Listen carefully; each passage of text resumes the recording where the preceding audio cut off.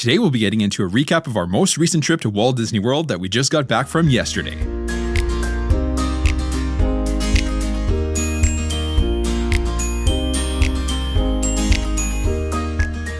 Hello and welcome to the Let's Go to Disney podcast. I'm Oliver. And I'm Lucy. Today is Sunday, May 18th, and you're listening to episode 88, May 2025 Trip Recap. Before we get into today's main topic, here's what's going on in the parks right now. Disney announced the dates for Mickey's Not So Scary Halloween Party for 2025. Expect the usual offerings like special meet and greets, trick-or-treat stations, ride overlays, and exclusive entertainment to return as they do every year. Party dates will run select nights between August 15th and October 31st this year. Tickets will be available for purchase beginning on May 22nd, but if you have a resort stay booked that lines up with a party date, you can purchase them as we speak.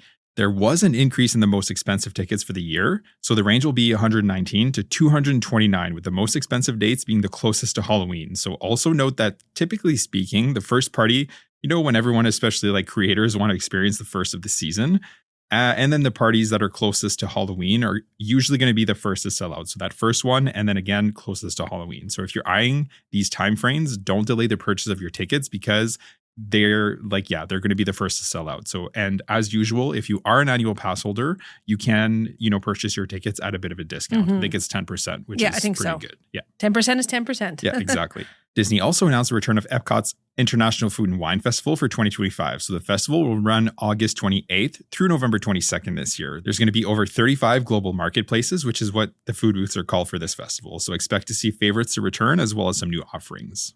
And over in California, Disneyland's 70th anniversary celebration officially kicked off on May 16th. So this is going to be an 18-month celebration, not unlike the 50th anniversary over in Walt Disney World that happened in 2021 and 2022.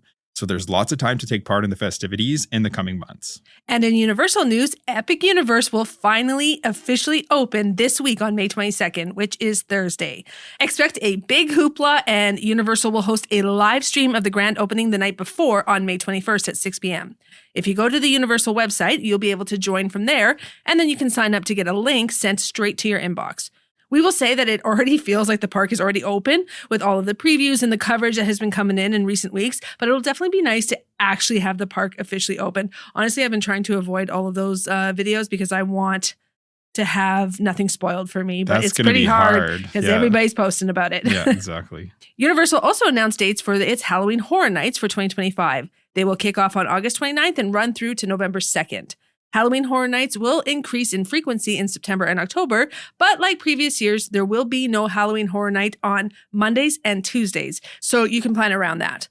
They didn't reveal any details for the haunted houses for this year, but if last year is any indication, they will trickle details in the coming weeks and months. Yeah, and we just got back from Disney last night, so we landed in Regina just before 7 p.m. local time, so the kids were pretty tired from the trip and our travel day. So when we got home, it was just quick showers while everyone started unpacking. And while we say everyone, it was us, right? So we got them in bed like pretty much right around 8 p.m. our time, which was 10 p.m. Eastern Standard Time, which, we kind of had adapted to that over the last week or so. We had, yeah. So they slept solid, which is exactly what they needed. We never delay unpacking. We always just get it done like literally right after we get home just to get it off our plate. We have enough to do as it is. So we don't want that kind of hanging over our head. So laundry has already started. Everything else, including like the suitcases and the park bags, are like put away, and we're already like back into swing of things with baseball tonight. Yeah, absolutely. And it's actually May long weekend here this week. So it's actually nice to have tomorrow off just so that we can get a few extra things done before we start our work week / school week.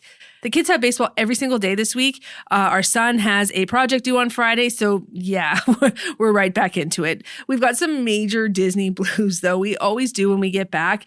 It's a real thing, but at least we're coming home to decent weather and it's not in the middle of winter here. So that is nice. Although it was a little chilly when we arrived. It was chilly, and it still is today. 36 degrees Celsius to, I think it was 7 when we landed. It was cold. It felt cold. Yeah. We did already start our countdown for our next trip, which is in 178 days. That won't actually be a Disney trip, but at least not in the classic sense. We're going to be doing 4 nights at Universal Orlando and then a 4-night Disney cruise on The Wish, and that's going to be in November. We've got a really busy summer schedule ahead of us. So as always, it'll fly by and then that trip is going to be here before we know it. Yeah, totally. And with that said, let's get into today's main topic, which will be a recap of our trip. So we like to do these because, we talk about where we stayed, what order we did the parks in, how we use lightning lanes and standby queues to maximize our time, and where we ate and how we, pivot on the fly when we have to.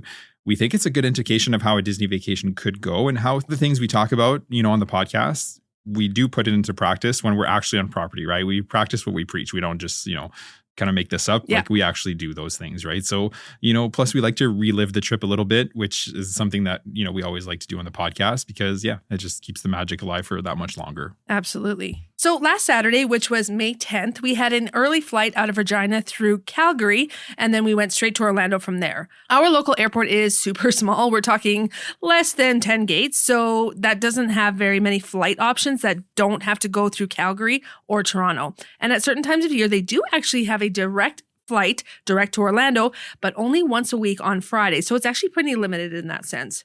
But anyways, our flight to Calgary was at 6 a.m. So bright and early. We had everything packed and ready to go the night before. So Oliver and I were up at, I think, 3:30. And then we got ready really quickly. Then we kind of waited till last minute. We got the kids up right around 3:45, got them dressed, and then ready to go. My wonderful dad graciously offered to drop us off, even though it was pretty much in the middle of the night. But he's a rock star that way. So we left the house right at 4 a.m.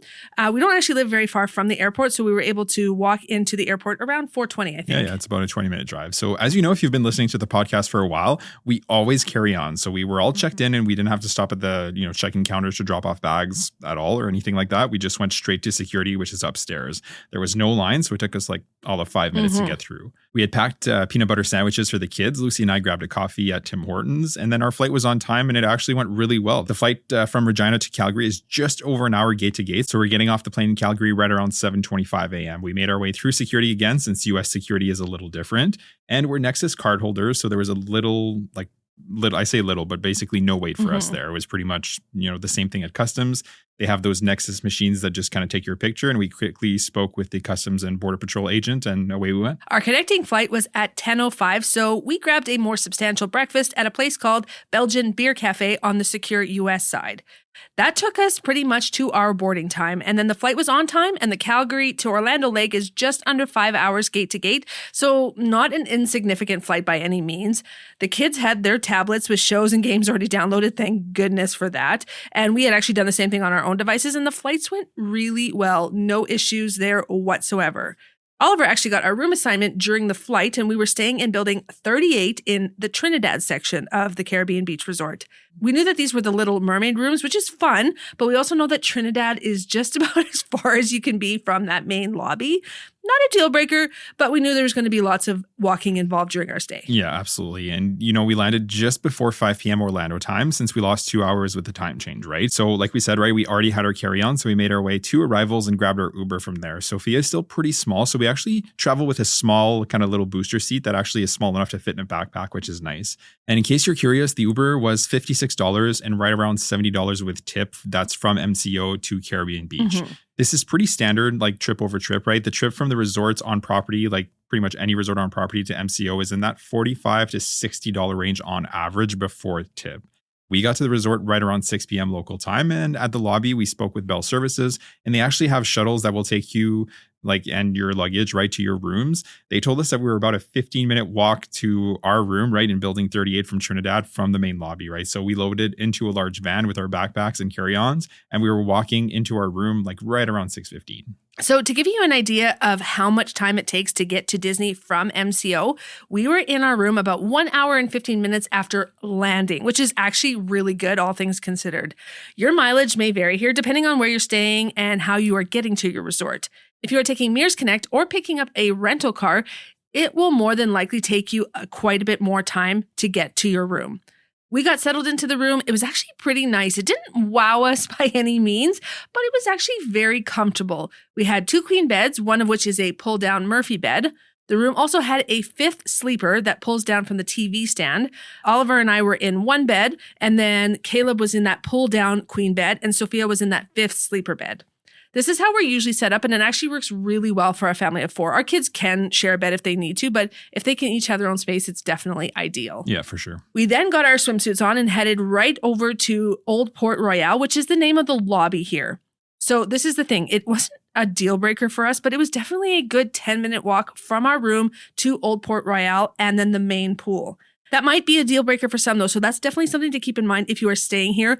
The resort is extremely spread out. We should also note that it was about half the distance to the Skyliner. So that was actually nice because we used the Skyliner more than we did the main lobby. Yeah, no, exactly. And that's the thing. We were about half the distance it was to the main lobby was the Skyliner. So not as far from the Skyliner as the main lobby. But again, like you felt it more at the end of the day when you just wanted to get back to your room. No, exactly. And like it's funny because a lot of people will talk about Art of Animation and how those Little Mermaid rooms are like so much further from everything else. And like the walk is so cumbersome. That is not as long as the walk from Trinidad to Old Port Royal. Just to give you an idea, like it's a trek. It's a jaunt. Yeah, for sure.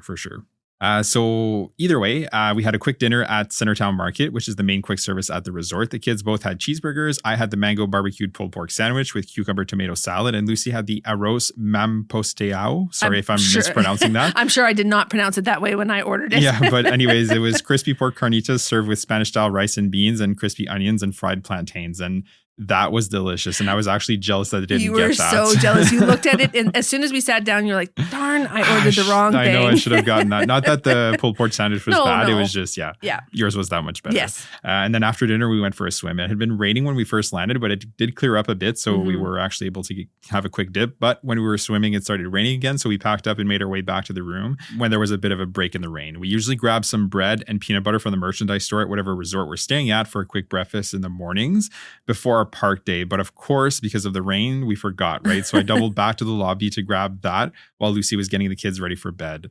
The kids were in bed by 9, which was 7 o'clock our time, but we had all been up since, before 4 a.m. and we knew we would all be up early for our first park day at Animal Kingdom the next day. So the next day was Sunday and we were up very early at 5:30. So Oliver and I got ready first and then we woke up the kids shortly after. We got them dressed and out the door and we got to the bus stop right around 6:10 and then the first bus arrived at about 6:20. That's usually the case. The first buses will come somewhere between 90 to 75 minutes before early entry and start to let guests out at the park an hour before early entry. We got to Animal Kingdom around 6:32 and there was already a few busloads of people there. We were held up at the security line for longer than we have normally experienced, especially at Animal Kingdom. And it was right around 7 a.m., if not a little later when we were finally let through to the touch points. We were held there again until 7:15 or so before they started scanning guests in.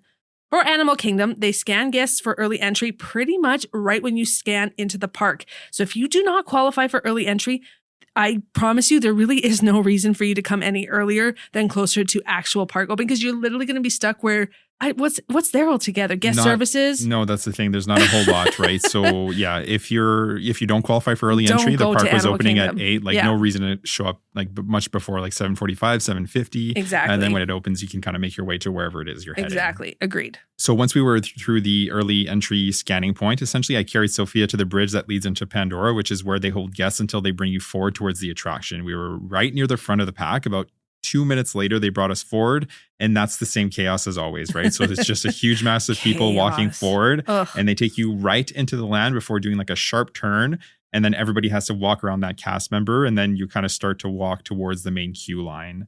The initial hook, it is a mess. It's so messy. People are cutting and it can get a little testy, right? We always lose position here in the sense that, we were maybe close to the first 20 people or so when we were at the bridge. But by the time we were walking in the queue, there was probably a good 50 people or more in front of us, right? It's not a big deal. We're talking a few minutes to get onto the ride. It's just something to be mindful of because, it's definitely chaos first thing in the morning. The chaos lasts for maybe a minute.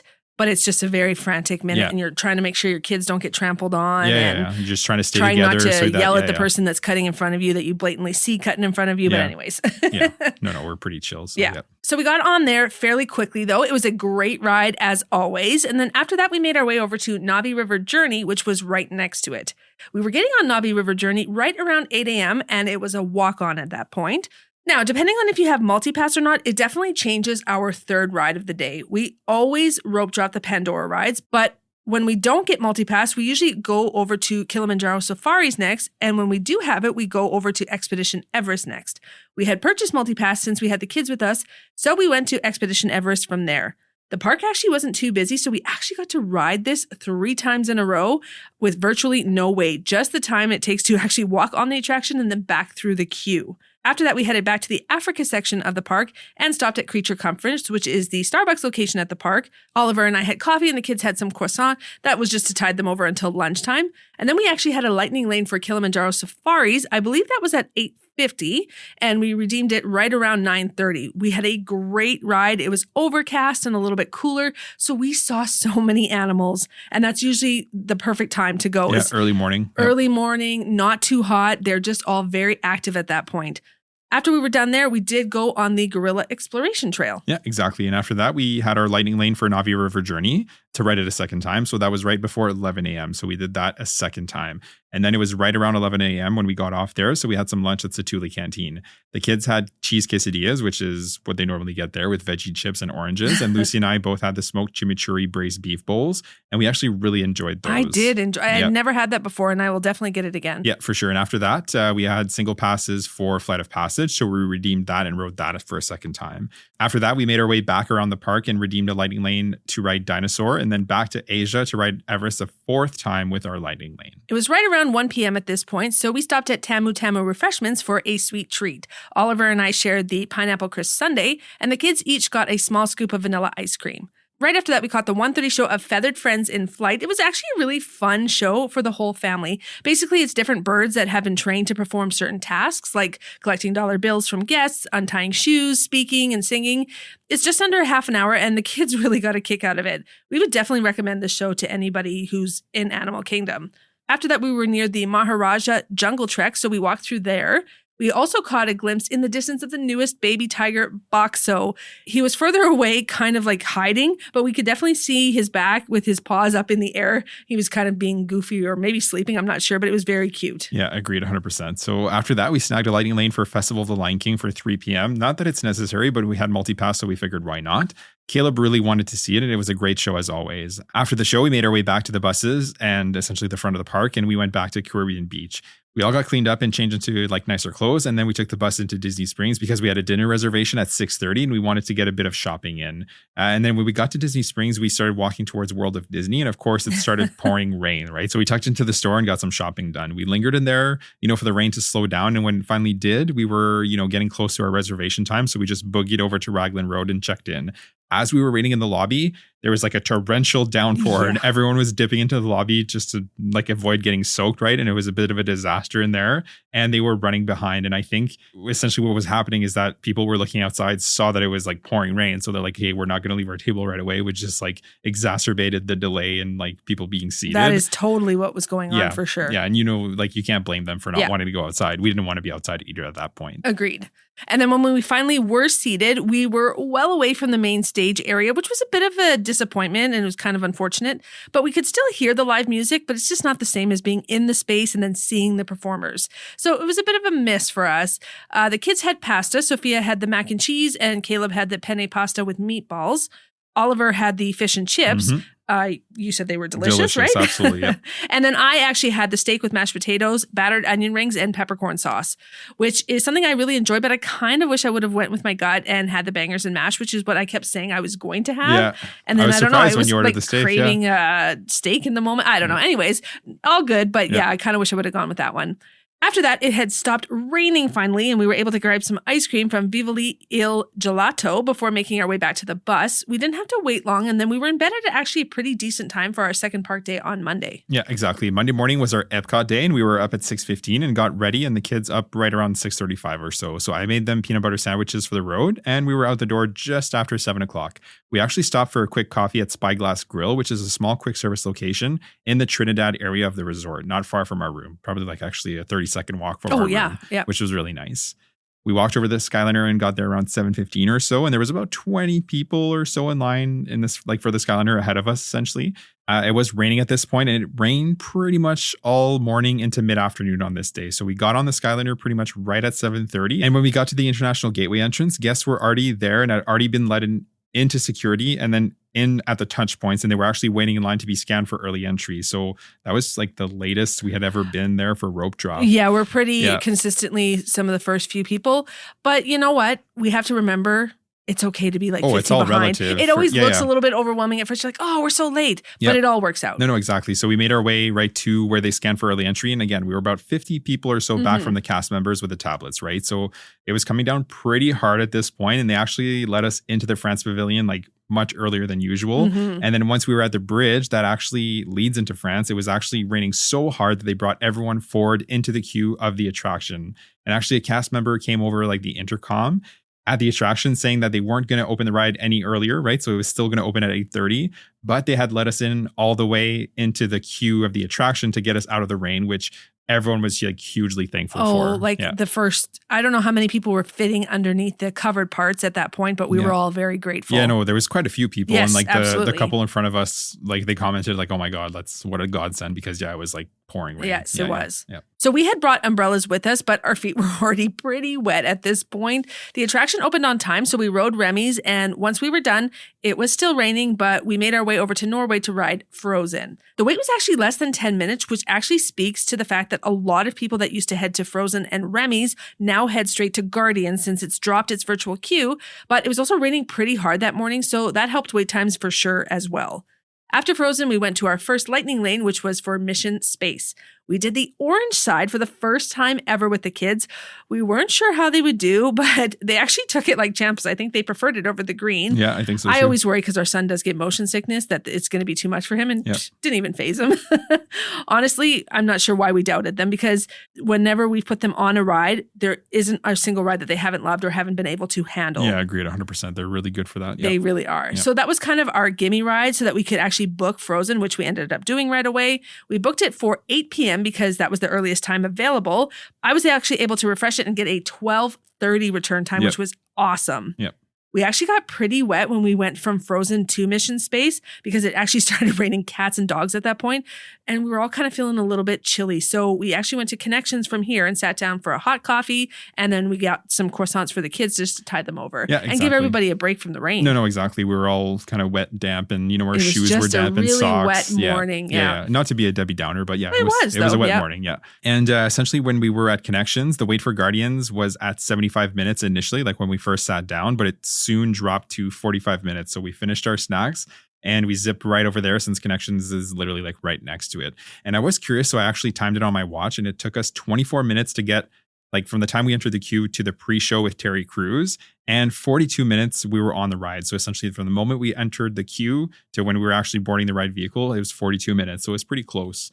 I mean, it depends if you count it from the time that you get to the pre-show, which I think is what Disney does, to the versus the time that you actually get on the attraction. But either way, 42 minutes, which, it's pretty much the lowest wait you're going to see at Guardians all day outside of like the very, very first part of the morning. Absolutely. And then once we were off Guardians, we made our way to Spaceship Earth and rode that. After that, we had our lightning lane for Remy, so we made our way back into the World Showcase to ride that. Now, normally we would have started enjoying some of the food booths, but it was actually raining so hard that we were just going to building, trying to stay somewhat dry.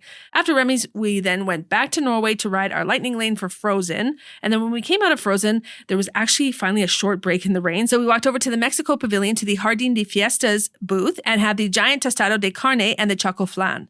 Both were actually absolutely delicious. As we were enjoying these, it started to rain again, so we made our way over to Sunshine Seasons in the Land Pavilion and stopped for the kids to have some lunch. They actually shared a chicken Caesar salad with apple slices and some carrot sticks, and they both loved this. And then while we were there, we stank some lightning lanes for Soarin' and Livin' with the Land, and we rode both of those. Yeah, and actually, like, we don't like to buy into the gossip, but when we were at Soarin', we had just come out and we used the restroom, and there was a family, like there was a little boy who wasn't tall enough for Soarin'. And it was clear he was not tall enough. Yeah. And like essentially the parents were arguing with the cast members, and then the dad kept getting his son to stand on his tippy toes. It was very like it was uncomfortable. Just the whole interaction was like everyone was staring, right? The little boy was like losing his marbles. Parents were trying to it was embarrassing. Not bully the cast members, but they were being forceful, like let us on kind of thing. One of the cast members finally said to her other cast member, "I can't do this. Yeah. Can you handle this?" And then the other one came over. And it's always unfortunate when you see situations like that. Yeah. So again, this is just a friendly PSA reminder that, those ride height requirements, they're for safety reasons. They're there for a reason. Exactly. Folks. It's not cast members picking on, families or little kids. It's just not the thing, right? Yeah. So, it's just knowing that if your kid's not tall enough, they're just not going to be able to ride. So just accept that, right? That's honestly why we do height checks on our kids before going. Like we've done that now for our Universal trip coming up in November because we know what Sophia and what Caleb cannot ride. And we won't even attempt them at that point. That's the thing. And like this was the first trip where Sophia was tall enough for Tron, right? Everything. So we knew that she was taller than 48 inches. We wouldn't have taken her there if we knew she was too short. Because it's just what a disappointment when they get there. So that's actually a really good piece of advice is to check your kids' heights before you go. Yeah, agreed 100%. But either way, when we came out of the Land Pavilion, it was right around 3 p.m. and the sun was actually peeking through at this point. So just ever so slightly. Exactly. And it actually completely cleared up from there. Yeah. So I was starving because I had been like stubbornly waiting for the food booths, right? So we went actually to Yacht Grub for the trio of dips. So there was a caramelized onion dip, the whipped feta dip, and the pimento cheese dip served with like house-made potato chips. And it was all really, really good. And we quite enjoyed that. Yeah. We also had the chicken and waffles from the Honey Bistro right next door, which was just okay. Unfortunately, we loved it last year, but I think that, people had been staying away from the booths during the rain and the chicken had been sitting there for a while. So it definitely didn't taste fresh. That's exactly what it is. Yeah. And again, it's unfortunate because I really did want to love it, but it just wasn't quite there for me. And then we headed to this citrus blossom and we all shared the lemon tart, which was pretty good. The kids even liked that. So after that, as if we weren't already still damp from the rain, we decided to head on over to Journey of Water Moana walkthrough. The kids absolutely love this one, especially Sophia. She loves the water elements here. And then while we were there, Oliver and I were just chatting away, and Oliver actually had the bright idea to book a lightning lane at Tower of Terror over in Hollywood Studios. So So when I initially pitched the idea, it was around like 4 p.m. So we had just over 2 hours before our dining reservation, which was at 6:15 at San Angel Inn restaurant over in the Pyramid at the Mexico Pavilion. By the time we got out of the Moana walkthrough, though, and made our way to the Skyliner at the International Gateway entrance, we had about 90 minutes, right? So I knew in my head that it just wouldn't be possible, but I somehow convinced myself that it was a good idea, We're right? so desperate to take advantage of good weather and a fun exactly. ride. So away we went, right? We're walking into Hollywood Studios around 5:15, right? So that's like an hour to spare, and at Tower of Terror around 5:30. So Lucy and I were kind of bickering at this point because, we were feeling the pressure, and we debated like hopping out of the attraction, but we soldiered on because the kids were like, no, we want to stay and ride it. They don't understand that, the concept of like tight for time. No, and it was already getting tight, right? Yeah. So when we came off the attraction, I actually carried Sophia and we boogied over back to the Skyliner, and we got there around like 5:50. And actually, I know that because Caleb pointed it out. So he's like, you have 25 minutes left to make it to the reservation. And he kept telling us the time we had left, and we're like, buddy, that's not helping. I know the time. Anyways, it's a super quick ride, like Skyliner ride from Hollywood Studios to Caribbean Beach. That's not the problem, right? But of course, there was like a pretty decent line at Caribbean Beach to get onto the Epcot line. And, at this point, there was just no way we were going to make it. It was like 6:05 as we were getting on the Epcot line. And we still had the whole ride to Epcot, plus the walk from the International Gateway entrance all the way to the Mexico Pavilion. This is 100% self-imposed stress, okay? Like I should have known when I started thinking about hopping at that time of day that we would be cutting it extremely close if we did this, right? While we were on the Skyliner to Epcot, I actually opened up a chat with a cast member on the My Disney Experience app, and I explained the situation, right? They added a note on the reservation for us, letting the restaurant know that we'd be late. But I was feeling like super stressed at this point. I think we all were. Like the kids could feel it off of us. Oh, they could. And our son is a very factual kid. Yeah. So he just kept saying, well, it's just not going to happen because time-wise for him, factually, it was not going to happen. Yeah. So anyways, we made a plan that, when we got off the Skyliner, I'd go ahead as quickly as possible and go check in because I know that they would likely not seat us right away. And they're never going to seat you unless your party's all there anyway. But I know from experience that rarely are you seated like right away when you check in. Usually there's a bit of a wait. So I like half ran, half walked to the Mexico Pavilion, and I got there right around like 6:25, which is 10 minutes late. I checked it on my phone, and sure enough, Lucy got there with the kids about 5 minutes later before we were ever called to our table. Yeah. So long story short, that was a lot of stress, a lot of worry, but in the end, it was all okay. We made it, and we actually had a great table in the middle of the restaurant with a good view of the pyramid and then the Three Caballeros attraction. We all shared some chips and salsa and queso as a reward, essentially, for all of our stress. Caleb had the beef tacos, which he thoroughly enjoyed. He could not get enough of those. Sophia had the mac and cheese. I had the chicken enchiladas, and Oliver had the osso buco. The kids really liked their place, especially Caleb. He really, really enjoyed the tacos. I really enjoyed the enchiladas. You said you didn't really like yours, though. No, it's not that I didn't. It was just the sauce. So it was mole negro sauce, which wasn't bad, but it had a pretty strong taste. And you said it was kind of gritty. Yeah, so I had a bit of your enchiladas, and again, I kind of wish I would have had that. But again, it wasn't bad. Like I still enjoyed the dish. I ate it all. But Yeah, so having said that, we have mentioned this before, but La Hacienda de San Angel, which is the other table service restaurant in the pavilion, does have better food, as well as the Frontero Cucina, which is over in Disney Springs. But anyways, after our dinner, we made our way back to Guardians because we had a single pass to ride it for a second time. And when we came out of there, it was around 8:30 or so we made our way back to the entrance of the World Showcase to scope out a spot for Luminous, which is the nighttime spectacular. It was actually really quiet around here, and although it hadn't rained since mid-afternoon, the park was definitely not very busy, so we had an awesome spot for the show. It was the kids' first time seeing Luminous, and they absolutely loved it. After the fireworks, we made our way back to the Skyliner, and there was actually a decent line when we got there. Oliver timed this one, and it ended up being just over 20 minutes from the time we got into the line to the time we boarded the gondola, which isn't too bad. So then we walked back to our room. Like I said, that walk seems a little bit longer at the end of the night. It sure does, yeah. We got cleaned up and we were all in bed by 10. Yeah, exactly. Not too bad. So the next day was Tuesday, and this was our Hollywood Studios day. So no rain this day. It was actually bright and beautiful, like first thing in the morning, pretty much all day. So we were up at 6:15. The kids just after 6:30, and we were out the door just before 7. Spyglass was still closed as we were walking by because it actually doesn't open till 7. So we continued onto the Skyliner, and the line was a touch shorter than the day before, probably because we were there just a little bit earlier, right? So we actually grabbed some coffees at the Joffrey's right by the Skyliner station there while we were waiting to get on. We were let into the Skyliner a little earlier on this day, right, than the day before, essentially. And we're actually getting off at Hollywood Studios right around 7:28. We joined the queue for security, and it was just being let in towards the touch points as we were getting in line. We boogied once we got through security, though, and we were first in line at one of the touch points. Happens so often for us. Yeah. It's almost like it's funny because for Oliver, it's like a badge of honor to get. I do like to be first at one of the touch points. It sets you up for success. Yes, exactly. Yeah. So we were let into the parks really early on this day. It was right around 8 o'clock. Oliver picked up Sophia, and then we made our way to Slinky Dog Dash over in Toy Story Land. We were really, really close to the front, which was nice. We couldn't believe how early we were let up into the ride. Yeah, 100%. Super early. Yeah, you had checked your watch when we were boarding right at 8:08, I think it was. 8:08, hey? Yep. This is a short ride. So then we walked over to Toy Story Mania right after that, and we got right on as well. He checked his watch again, and I think we were boarding that one at 8:24. So 8:24, like, technically early entry later. hadn't started yet until 6 more minutes. So yeah, exactly. No, that's a great point. Like early entry hadn't actually started, but yeah, we had 2 rides done before it started. 8:30. Like it's crazy. Yeah. So after that, we made our way over to Rock and Roller Coaster. This was the kids' very first time riding it. And let me tell you, they both loved it. They thought it was wild. And the ride photos we have from this ride are absolutely hilarious. Oh, so funny. Yeah.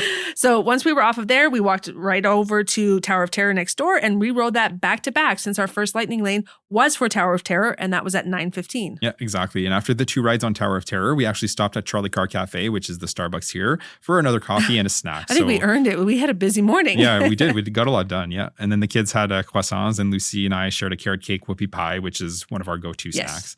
And after that, we had our second lightning lane for a second ride on Slinky Dog Dash. That was around 10:15. And after that, we headed to Star Tours. We all love it. We've mentioned it a few times, but it doesn't get nearly as much love as it should. I would go so far as to say that it's actually better than Millennium Falcon's Smuggler's Run. I would completely agree. I don't like Millennium Falcon. And the reason that we say this is that you can ride it alone, and it's still a fun ride, right? Whereas Smuggler's Run, it's not nearly as fun with 1 or 2 people as it is with like a group of 4 or more. After Star Tours, we headed back to Toy Story Land to ride our 11:25 lightning lane for Toy Story Mania. Again, this is our second time riding it that day. We had an Oga's Cantina reservation at 12:30, but we stopped for a quick lunch at ABC Commissary right after Toy Story Mania. The kids split a grilled cheese with carrots and apples, and Oliver and I split the Mediterranean salad. Yep. After that, we went right into Galaxy's Edge for our Oga's reservation. We've been there many times, but this is the kids' second visit to the place.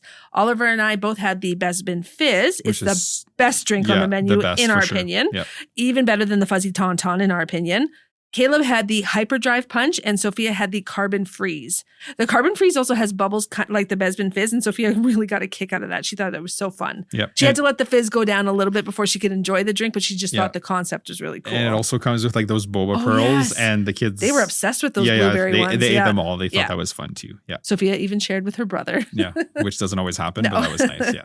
And then after our drinks, we had a lightning lane for Smuggler's Run, so we rode that. The kids were pilots and we were gunners. So we do, like we said, right? We do enjoy this ride much more when it's the 4 of us, right? When it's just the 2 of us, or like, for example, when I went solo, I didn't even actually do it because it would be, me with 5 other people that, I just don't know, right? So it's not that you can't do it. It's just not nearly as much fun. Yeah. After Smuggler's Run, we had a Mickey and Minnie's Runaway Railway lighting lane at 1:30, so we went and rode that. And when we came out, there was a bit of rain and it was actually coming down quite hard. So we actually booked a lighting lane for Frozen, like the Frozen sing-along, and we popped over there for the show. Again, as always, we love this show, right? It's got humor for the parents, fun songs for the kids. It's just a win all around. After Frozen, we went to Backlot Express and we all shared a couple of Wookiee cookies. Again, one of our go-to snacks in the park. And we also booked a lighting lane for Rock and Roller Coaster for 3:30. And it stopped raining at this point, so we zipped over to Sunset Boulevard to ride that a second time. And then we actually snagged a lighting lane for the 4:30 show of Indiana Jones Epic Stunt Spectacular, but both the 3 o'clock and the 4:30 show were actually canceled because of that downpour that we had just a little bit earlier. So we had a bit of time to kill before our dinner reservation. And I'd actually forgotten my contacts that morning, like my eye contacts. So we quickly hopped on the Skyliner so that I could pop them in and have them for the rest of the evening and Fantasmic later that night. Now, you may be wondering like why we even bothered if I'd gone the whole day to this point without them, but really my prescription is actually pretty low, meaning I can still see reasonably well without them. But when I get tired and when it gets dark outside, I do appreciate having, my vision corrected, even if it's like marginal. We considered just me going back, but the kids wanted to ride the Skyliner, so we just all went back, right? We weren't gone long, and we were back in Hollywood Studios around 5 p.m. We rode Star Tours one more time before heading to Sci-Fi for our dinner reservation, which was at 5:40. Yeah, and dinner was good. We love Sci-Fi. It's quiet, dark, and it's cool in there. We all ate burgers and fries, sitting in one of those cars, and we each shared a chocolate shake with the kids for dessert. After dinner, we had a single pass for Rise at 7:20, so we went and rode that. It was a great ride as always, and we were in the front row in the ride vehicle, which is a small thing, but we also love it when that happens. And then after that, we rode Star Tours one more time at Caleb's request because he really does love Star Tours, which we're not mad about. Yeah, agreed. And then once we were off of there, we made our way down Sunset Boulevard to head to Fantasmic, which was at 9 p.m. that night. We were walking towards the amphitheater just after 8 p.m. and we took our seats somewhere around 8:15. It was already filling up quite quickly, but we actually got good seats just off to the right about midway up, which was great. The kids had my phone and they were watching some Disney Plus while we waited for the show to start. A couple of things to note is that there are washrooms there. So if you go early, worrying your kids may have to go, don't worry, you can use the washrooms there. And pro tip, if you can sit on the right side of the amphitheater, this is closest to the exit, so it makes leaving that much easier. This was another first for the kids. They had never seen Fantasmic and they were absolutely floored. They absolutely loved this show, and we can't say we blame them. It's a wonderful show. When it ended, we made our way back to the Skyliner, and like we said, since we were off to the right, we actually got out fairly quickly, all things considered, and there was absolutely no line at the Skyliner, so we got right on. We were back at the resort at a decent time and we all got cleaned up and we called it a night. Yeah, exactly. So after a couple of like really long back-to-back days, our next day, which was Wednesday, was like an actual scheduled rest day, right? So everyone slept in till almost 8, which is a sleep in for our family, right? So we know it doesn't sound like it, but it is. And it was another beautiful morning. We all got dressed up a little bit nicer since we had a 9:10 reservation over at Topolino's for breakfast with Mickey and the gang. We walked from our room all the way to the Riviera, which is a pretty decent walk because like we've been saying, Trinidad is the furthest building away from the Riviera. So we were walking pretty slowly and it took us, pretty close to 30 minutes to get there. We checked in for our reservation and we were seated not long after. We had a great table by the windows overlooking the resort and the Skyliner and Caribbean Beach in the distance. And it was actually our 3rd time eating breakfast there with the kids and our 4th time overall for breakfast. And it was great as always. Lucy and I both had the wood-fired steak and eggs, and the kids both had the Mickey dippers with fruit and sausage. We had great interactions with Mickey, Minnie, Donald, and Daisy, and we actually got to see Donald twice. And we also got our classic photo with the 4 of us with Mickey, and it's basically a tradition at this point, right? We have a great photo of all of our trips at Topolino's with Mickey with like his painter's outfit, and we change it out in a frame every single year. Yeah, it's on display at the house. And it becomes my profile picture for like the yes. year on social media, basically, right. like my personal social media. Yeah. So after breakfast, we went out onto the balcony and looked around. It gives you absolutely beautiful sweeping views of the area, and we took a few photos up there as well. And then after that, we made our way back to our resort with the Skyliner since the kids were really itching to get into the pool. So we all got changed and headed back to the Fuentes del Morro pool, which is the main pool at Caribbean Beach Resort. We all swam and the kids got a good 2+ hours, I think, in the pool. Oliver and I actually got really good sunburns. Yeah. Sorry, Shoulders Mom. and head. Yeah. My mom worries about that stuff all the time. I swear I put sunscreen on too. The sun was just that hot. It was, yeah. So we didn't have major plans in the afternoon, but we had booked a single pass for Guardian and then a dining reservation at Via Napoli for dinner at 5:10. So we made our way back to the room. We got dressed for the park and we headed into Epcot. And I think we got there just after 2:30. Yep. Oliver had wanted to hit up a couple food booths to complete the garden graze, but unfortunately it did not happen. It just did not lines happen. were... Yeah, the lines weren't that bad. It's just they only had one cache at the two food booths we wanted. So that's the thing. So we stopped at La Isla Fresca and all shared the flan choco, which was just okay in our opinion. That was my second one because the first one was the lemon tart from our first day at Epcot.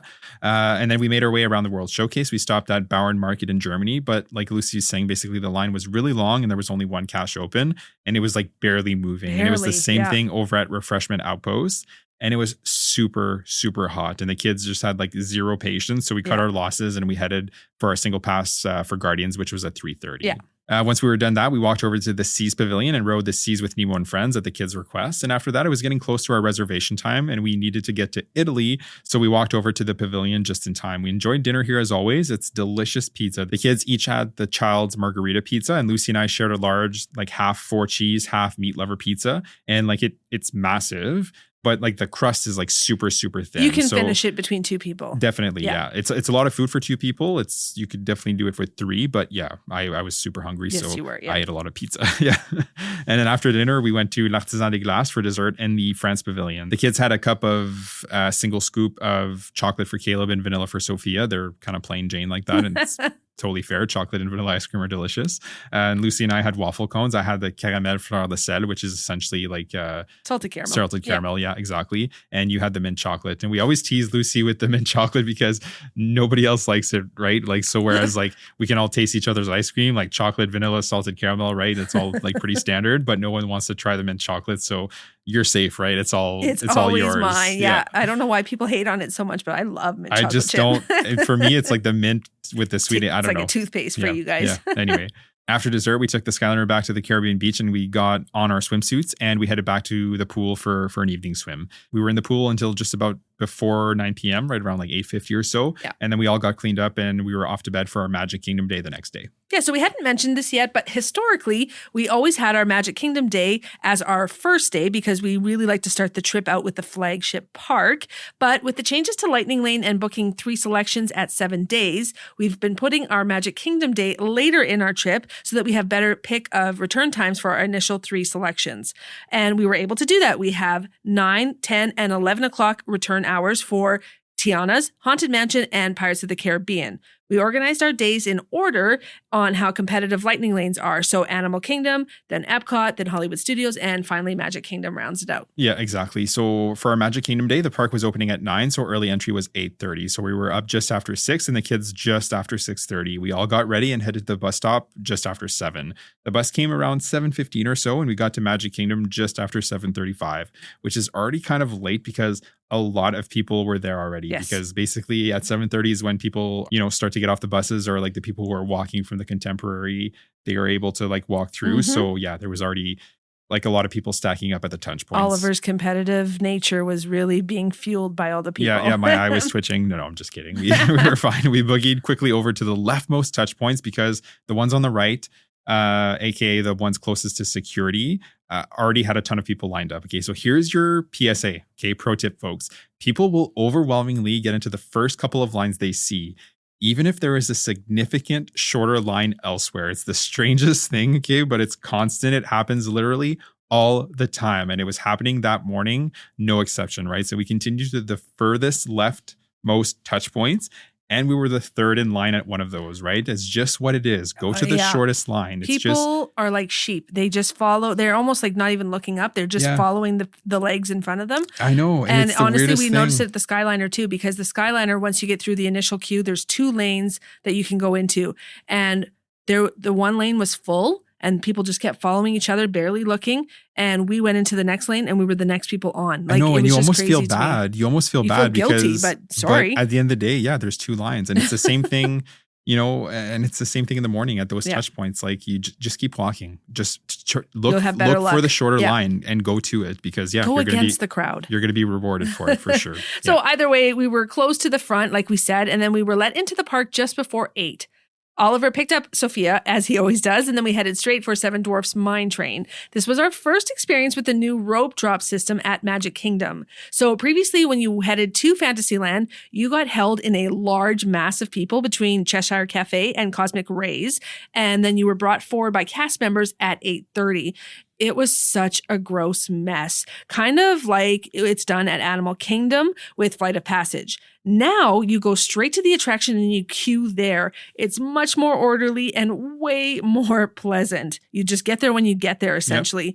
So you essentially enter the queue when you get there, and then that's your spot. Hollywood Studios were already doing it this way, and we absolutely love this. It's a way better experience overall. So with that said, everything seemed to be going very well, but womp womp. Yep. Not surprisingly, Seven Dwarfs Mine Train had a delayed opening. This has happened to us many times before, so we did try and stick it out until just before 9, and then it still wasn't moving. So we cut our losses and we headed straight to Haunted Mansion at that point. Yeah, exactly. And then after that, we were actually going to do our Lightning Lane for Tiana's, which was at 9:15, but that was also down. So we headed to Space Mountain instead. The wait was supposed to 20 minutes, but we actually waited less than 10. I had been watching the My Disney Experience app to see if Seven Dwarfs Mine Train was going to open up. And I kid you not, just as we were leaving Space Mountain, headed back towards Fantasyland, there, yeah, it opened, right? So we got in the queue and quite a few people stuck around. All told, we were on the ride in just over 20 minutes. And we knew that would be by far the shortest wait we'd have for it all day. So we rode it a little later than we had hoped, but we still got it in, which is great, right? So that's another pro tip. So if you can hang around the area of a popular attraction that's down, sometimes you can get lucky and get in line just as it's opening up, and you can be rewarded with like a much lower than average wait time. Absolutely. So after that, we headed on over to Gaston's, and we each shared a warm cinnamon roll with the kids. Then we made our way to Adventureland for our Pirates Lightning Lane. And once we were done there, Tiana's was finally opened back up, so we rode our Lightning Lane for that. This was the kids' first time, and they both absolutely loved it. They thought it was so fun, and it shot up to definitely one of their favorite rides on property. They never even got to experience Splash Mountain, so this was really exciting for them. Yep. As we were coming out of there and heading to our Haunted Mansion Lightning Lane, we caught the Adventures Friends Cavalcade coming through Frontierland. The kids wanted to do a walkthrough of the Swiss Family Robinson's treehouse, but we actually had a couple of Lightning Lanes for Peter Pan and Haunted Mansion. So we rode Haunted Mansion for a second time, and then we went to Peter Pan right after that. And that was just after 12:30 at this point. So we stopped at Columbia Harbor House for lunch. The kids had chicken tenders with fries and green beans. I also had chicken tenders and fries. And then Oliver had the fried fish with rice and green beans. Yep. It was pretty decent. It was, yep. We actually like Columbia Harbor House. We sat on the second floor, and it's really nice and quiet up there. They have lots of seating there. It's a good place for a quick meal. Yeah, agreed 100%. So after that, we went over to the Swiss Family Robinson Treehouse because the kids wanted to do it, right? That's what they wanted to do. And after this, we made our way back into Tomorrowland and rode the People Mover and then our Lightning Lane for Space Mountain, which was just after 2 p.m. It was getting close to parade time after this, so Caleb and I grabbed ice cream from the Plaza Ice Cream Parlor, while Lucy and Sophia grabbed a parade spot on Main Street. It was so hot. And we really felt bad because like we were in direct sunlight and we were all just like cooking on the pavement there. But we stuck it out and it was a great parade as always. There was a super sweet magical moment with Sophia and Snow White. Sophia was wearing a Snow White shirt and Snow White spotted it and walked right over to Sophia and grabbed her hand like during the parade. And it was the cutest thing. And unfortunately, like I wasn't quick enough to take a photo or video with my phone, but we all thought that was just so... And it's in our memory. It was so sweet, so sweet. And then we actually forgot to mention this earlier, speaking of like interactions, but when we were in Tomorrowland, we spotted Chip and Dale, and then Sophia went right up to say hi, and one of them actually grabbed Sophia and did a little dance with her. Again, we were slow with our phones, but it was so sweet, and she absolutely loved that moment. Honestly, this is the stuff we're always talking about. It's those candid, magical moments that sets Disney apart, and it always keeps us coming back again and again. Yeah, agreed 100%. So after the parade, we were all sweaty and looking for some AC, so we went and redeemed a lighting lane at Buzz Lightyear's Space Ranger spin. And actually, just as we were coming out of that, Carousel of Progress was letting guests in for their next show. So we sat down for that. And while we were in that area, we actually snagged a lighting lane for Monsters, Inc. Laugh Floor. And we went there right after. Yeah. So that was a good amount of like, dark and AC after we had cooked at the parade. Yeah, exactly. So it was getting close to dinner at this point. We had a 6:10 reservation for Tony's Town Square, so we did a bit of shopping at the stores along Main Street, and then we checked into our dining reservation. We were seated in the sunroom at the front of the restaurant overlooking Main Street. It was warm in there, but not overly so, and we actually had a really great table. We were super happy with this. The sunroom that we got sat in, so much less chaotic than the actual, Oh, for sure. like the AC part of the restaurant. and it I was was actually happy to take a little Yeah. bit of the heat to have that bit of peace while we're exactly. eating. And like the main restaurant is very dark, like Oh, dark and it's tables, dark loud. wood, whereas the sunroom is like, there's white flooring, Yeah. white tables, white chairs. It just, with the sun pouring in, it just feels very bright. Yes, and so I airy. was very happy with where Yeah. we were seated. Yeah. Our waiter was actually awesome, and he was really great with the kids. So we shared the popular garlic bread that's served with a roasted garlic butter and Parmesan fondue, and we can confirm it is absolutely delicious. All four of us really enjoyed it. Caleb had the pizza, and Sophia had the kids' fettuccine Alfredo. One thing to note is that our waiter mentioned the kids' menu had a ton more options than what's just shown on the menu that you're given. And sure enough, the kids had pizza and fettuccine Alfredo, which are not shown on the menu. And that's exactly what our kids had. Yeah, exactly. Oliver and I actually both had the tortellini and Italian sausage al forno. It was actually pretty good. We liked it. Yeah, I enjoyed it. It had a bit of a kick to it. Yep. Yeah.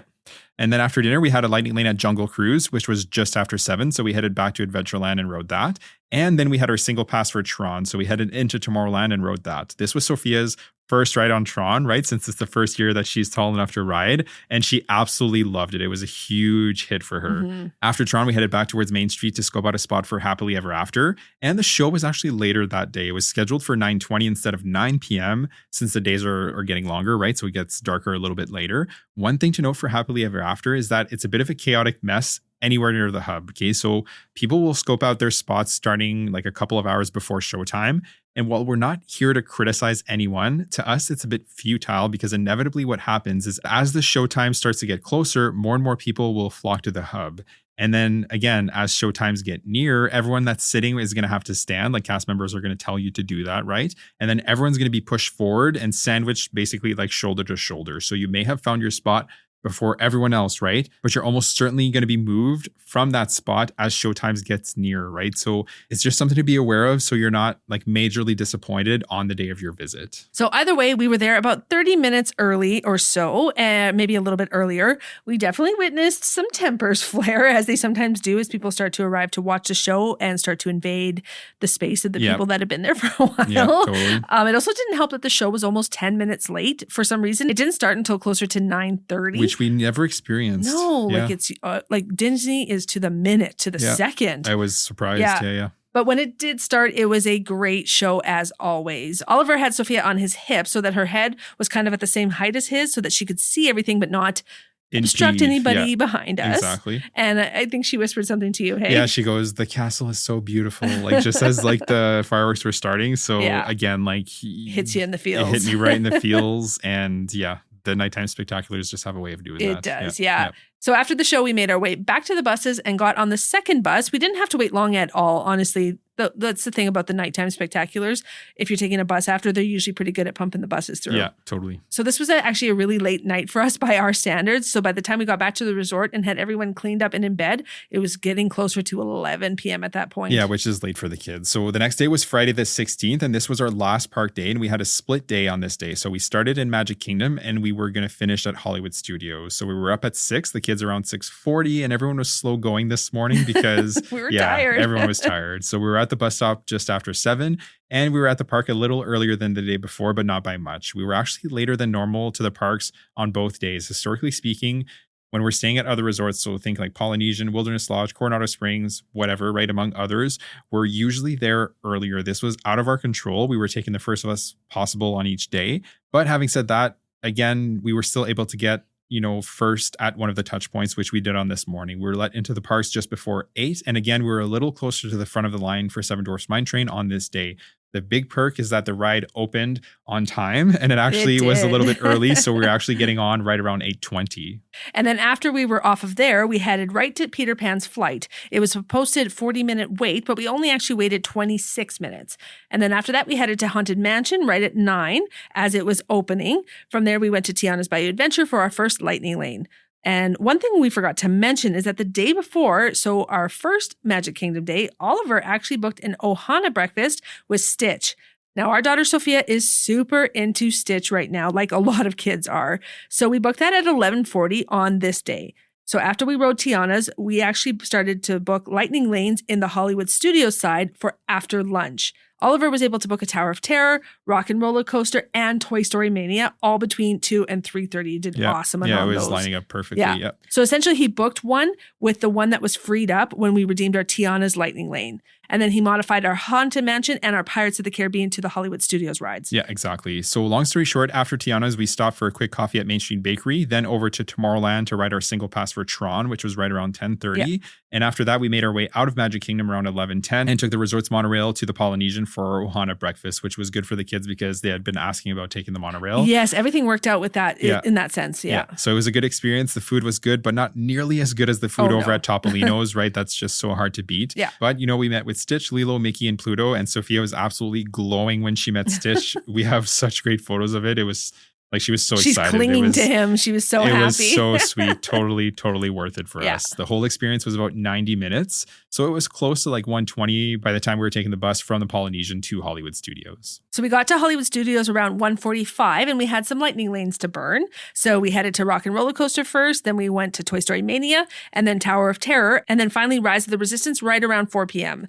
These were pretty much all back to back. Rise was the last one we did, and then we finished up our lightning lanes. We took the Skyliner back to the Caribbean Beach Resort at that point. We got changed in our swimsuits and we took the kids for one last swim before dinner. We had initially made a reservation at Roundup Rodeo Barbecue, but we were all pretty stuffed from our big brunch, so we canceled that one completely. And I don't think we had really told the kids about that, so they weren't really disappointed. We knew it was going to be hit and miss. Yes, that was one that we made, and it was it might get canceled type thing. So after our swim around 7 p.m., we all went back to the room and we got changed and we headed to Bar Riva at the Riviera for dinner. Oliver and I both got the signature burger here, and Caleb had the pasta with tomato sauce, and Sophia had a cheeseburger. After dinner, we grabbed some gelato from the Vivali Il Gelato cart at the Riviera, and we sat down overlooking the water there while we enjoyed our last evening. And then we headed back to Caribbean after that. We all got cleaned up, and we were in bed at a pretty decent time. Oliver and I did the vast majority of the packing, and the kids got a bit of device time while we were doing all of that. Yeah, before they went to bed. Yeah. Exactly. And then the next day was our travel day back home, right? So we weren't flying out of MCO until 12:25. So we had an easygoing morning. So we all slept in a little later. And once we were all ready and packed up, we called for a Bell Service shuttle to pick us up with our suitcases. We checked our carry-ons with Bell Services, and we actually had a sit-down breakfast. Like, we took our time at Centertown Market. Lucy and I enjoyed a couple of coffees. And after breakfast, we collected our bags, hailed an Uber, and we were at the airport right around 10 or so, right? We got through security and hung out at the gate until we boarded our first flight. Yeah, so we had a short layover in Toronto on our way home.